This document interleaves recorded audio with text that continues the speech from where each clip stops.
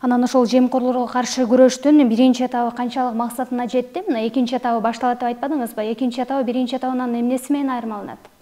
Өзүңүздөр билесиздер, мен башында ошо айтып өткөндөй, биз жаңы жумушка келгенде урматтуу президентибиз Садыр Кожоевич экөөбүз сүйлөшкөндө, ал киши менен баарлашканда ушул коррупция менен, айрыкча коррупция менен, оор жана өтө оор кылмыштар менен, беренесинер менен айыпталган кылмыштар боюнча күрөшүүнү 3 этапка бөлгөнбүз. Биринчи этабы ошол башында айтып өткөндөй, биз негизинен ушул системага салышыбыз керек да. Күрөштү системага салышыбыз керек. Бул чындап гана күрөш. Системага салышыбыз керек жана багытыбызды аныкташыбыз керек. Кантип күрөшсөк болот? Кантип күрөшсөк натыйжалуу болот? Кантип күрөшсөк мамлекетке пайдасы тиет? Ушул максатта биз биринчи этабын бүттүк деп айтсак болот. Себеби дегенде, мына биринчи этабын биз жаңыдан келгенде бул мамлекетке өтө кыйын болуп калган экен. Мамлекеттин бардык тармактары, бүт бардык тармактары, айрыкча мамлекеттик органдын бүт бардык тармактары өтө чоң кооптуу абалда болуп калган да. Коррупция десең коррупция. Жанагы уюшкан кылмыштуулук топтор менен чогулуп кеткендиги, алар менен биригип кеткендиги, уюшкан кылмыштуулук топтун мамлекетте толук өзүнүн бийлигин жүргүзүп калгандыгы. Кайсыл жерге барсаң, барып тиги менен сүйлөш керек, аны менен сүйлөш керек, тигил разборка кылып бериш керек, тигил чечип бериш керек. Ушундайлар сүйлөшүп калышкан. Даже керек болсо кайсыл партияга ким кандидат болуп барат, ким депутат болуп барат, ким кайсыл мамлекет кызматка барат, ошону дагы ушул уюшкан кылмыштуулук топтун жетекчилери менен сүйлөшүп чечип калышкан. Жерлерде, район, шаарларда уюшкан кылмыштуулук топтун өздөрүнүн мындай орусча айтканда положениясы болуп турган. Кармап турушкан. Сузак районунда бул кармайт, Жалал Абад шаарын бул кармайт, Токмокту бул кармайт, Ысык көлдү бул кармайт, Нарын облустун бул кармайт деп ушинтип бөлүп калышкан. То есть булардын өзүнүн системасы болгон. Мына мамлекеттик органдарда мына бизде министр, губернатор, анан кийин аким, айыл өкмөт дегендер бар го. Куду ушинтип булар бөлүп калышкан. Керек болсо айыл өкмөттөргө чейин бөлө башташкан. Мисалы Сузак районунун паланча айыл өкмөтүнүн положениясы түкүнчө депчи. То есть ушундай схеманы коюп алып, мамлекеттик контролду бул мындай кылмыштуулукка мыйзамдаштырып таштаган да. Ушулардын бардыгын жок кылып, талкалап, керектүүсүн түрмөгө тыгып, керектүүсүн жоопкерчиликке тартып, керектүүсүн андан дагы каттуураак жазаларга тартып,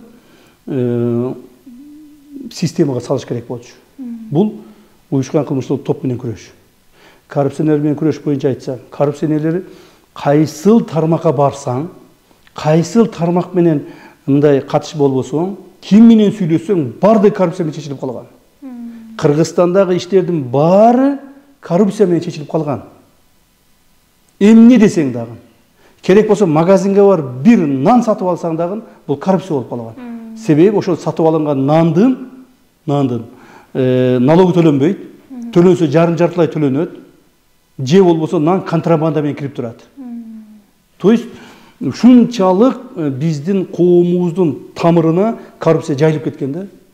Эми ушуну кантип тазалайбыз? Ушул экөө менен күрөш, мына биз башында ойлогонбуз, келгенде эле азыр каттуу чечимдерди кабыл алып туруп, иштесек бир 2-3 айда бүтүп койсок керек, 6 айда дегенде баарын тып-тыйпы кылып коебуз деген оюбуз болгон да.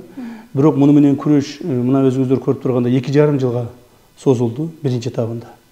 Биринчи этабында биз түшүндүк, булар менен кантип күрөшүш керек, буларды кантип мыйзам жолуна салыш керек, буларга кандай биз мындай жоопкерчилигин карашыбыз керек. Мына ушуну биз, ушуну түшүнүп, ушуну билип, ушуган көзүбүз жетип, ушуну ыкмасын үйрөнүп тактагы чакты 2,5 жыл убактыбыз кетти.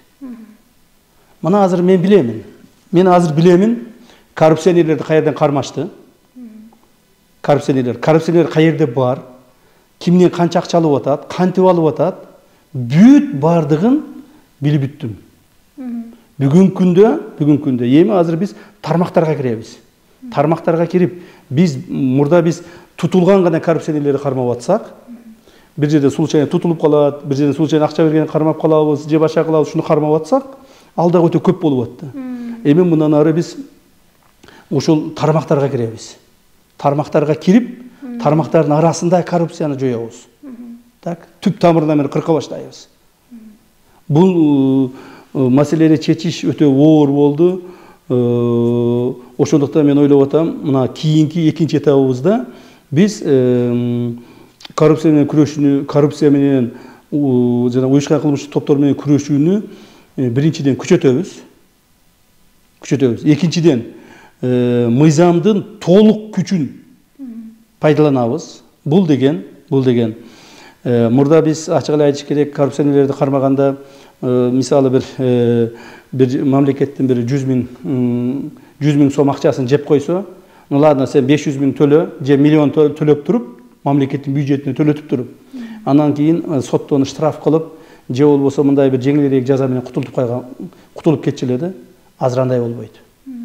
Экинчи этабын күрөштө биз мыйзамды өтө бардык мыйзамдын күчүндөгү катаал шарттар менен жоопкерчиликти карап чыгабыз. Бул деген эмне? Бул деген ошол мисалы коррупционер колго түшө турган болсо, коррупционердин биринчиден мал мүлкү, үй мүлкү бүтүндөй тапкан ташыганын баардыгы конфискацияга жаткызабыз мыйзамдын чегинде. Бул бир. Экинчиден мыйзамдын чегинде каралган срокторун алат.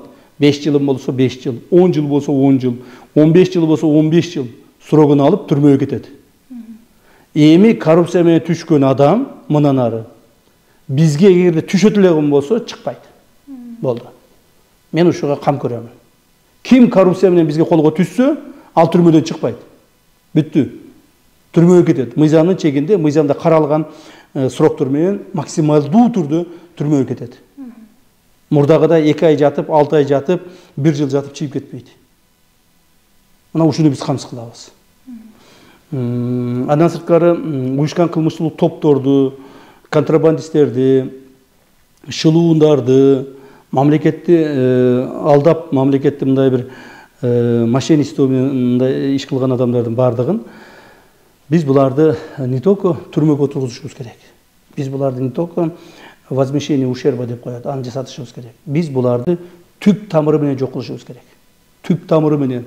Кыргызстанда мындан ары бандиттик топтор, каракчылар, мошенниктер, элдин канын соргондор, мына мамлекетти мындай чоң өлчөмдөгү акчага алдагандар болбош керек.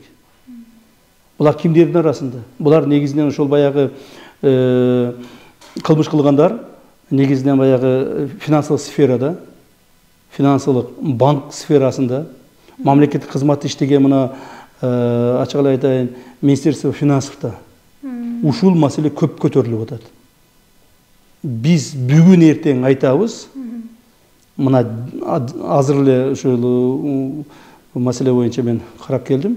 Бүгүн эртең айтабыз, биз чоң чиновниктерди кармайбыз.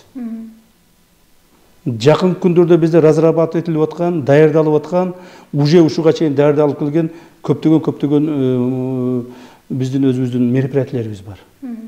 Жакындан баштап биз чоң чиновниктерди, мамлекетте иштеген ушул финансыны колуна кармаган, элдин акчасын колуна кармаган, бирок туура эмес пайдалангандарды, эффективсиз пайдалангандарды, өзүнүн жеке оюна гана пайдалангандарды бардыгын жоопко тартабыз, тартканда катаал жоопко тартабыз.